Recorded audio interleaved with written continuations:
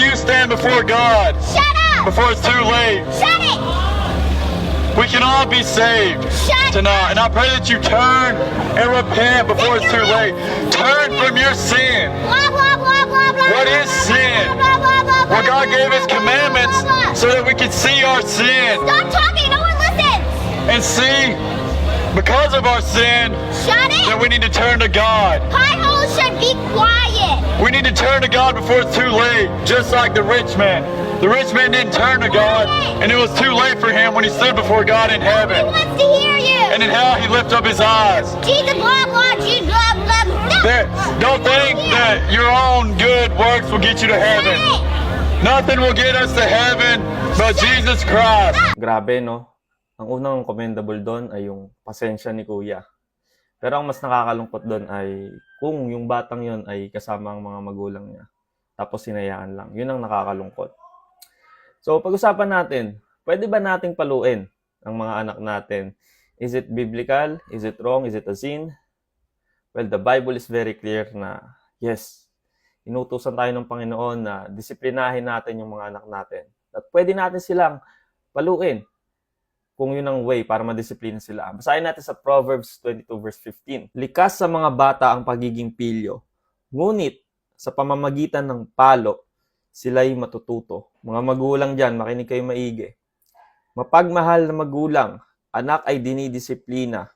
Anak na di napapalo, hindi mahal ng magulang. Alam nyo, ang dami ng magulang ngayon na takot ng saktan yung mga anak nila. I get you na mahal natin yung mga anak natin at ayaw natin silang nasasaktan. Pero according sa salita ng Diyos, pwede natin silang paluin. Diba? Hindi yung, magkaiba kasi yung palo sa abuso. Alam ko na mali yung abuso, alam natin na mali yung abuso. May mga magulang na inaabuso physically yung mga anak nila. Yun ang mali.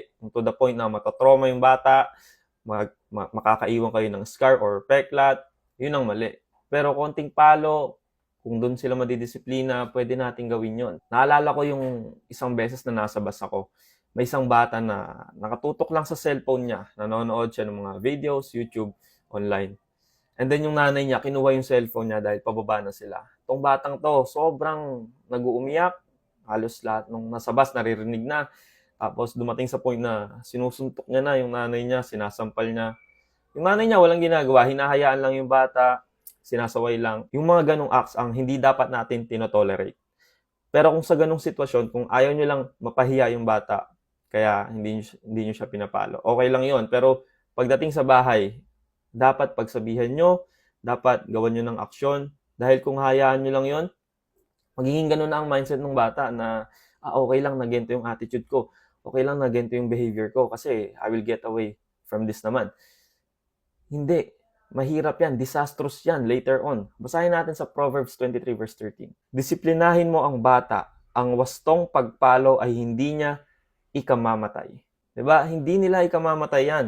Para naman sa kanila yan. Para sa future nila yan.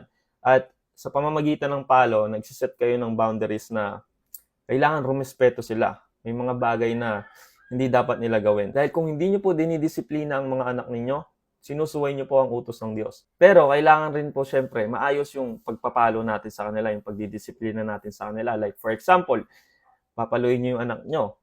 Kakausapin nyo muna. Like pwede nyo sabihin na, papaluin kita dahil ganito ginawa mo. Hindi pwede ang ganyang attitude mo. Hindi pwede ganyan yung behavior mo. Bawal yung mga ganyang salita. Then afterwards, pwede kayong mag-sorry, yakapin nyo sila. Para at the same time, maramdaman nila na kahit na pinalo nyo sila, ay mahal nyo sila at para sa kanila yon. Para magkaroon sila ng realization na ako nga, hindi pwede yung ganitong behavior ko. I understand na may mga times na you feel sorry or you feel bad kapag pinapalo nyo yung mga anak nyo. And natural lang yan dahil it just shows na mahal nyo talaga yung mga anak ninyo. Kasi para po sa akin, yung mga magulang na hindi pinapalo yung anak, hindi dinidisiplina yung mga anak, they not love their children at all. Because true love is a tough love. May mga times na ayaw mong saktan, pero kung yun yung makakapagdisiplina sa kanya, then kailangan natin gawin.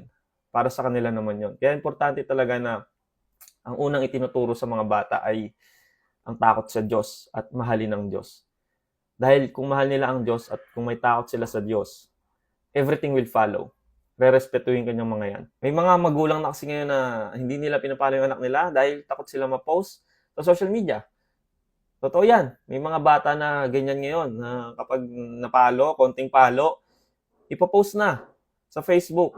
Doon na maglalabas ng sama ng loob. Yan din yung isang nakakalungkot ngayon. Kasi ang laking epekto sa mga bata yung social media. Kaya as much as possible, habang bata yung anak ninyo, huwag niyo munang papahawakin ng cellphone. Huwag niyo muna gagawa ng mga social media apps yan. Totoo yan. Sa sobrang daming nangyayari sa social media, talagang makaka-apekto yan kung paano ang magiging attitude ng isang bata. Lalo kung babad na babad yan sa cellphone, paano magiging attitude niya, kung ano ang magiging mindset niya sa buhay. Ang laking epekto niyang social media, kaya as much as possible, ilayo niyo sa kanila yung mga cellphone. May mga magulang na kasi ngayon na, ayan, anak, ayan, cellphone mo. Hayaan na lang na mag-cellphone dyan kasi nga, minsan ayaw magbantay.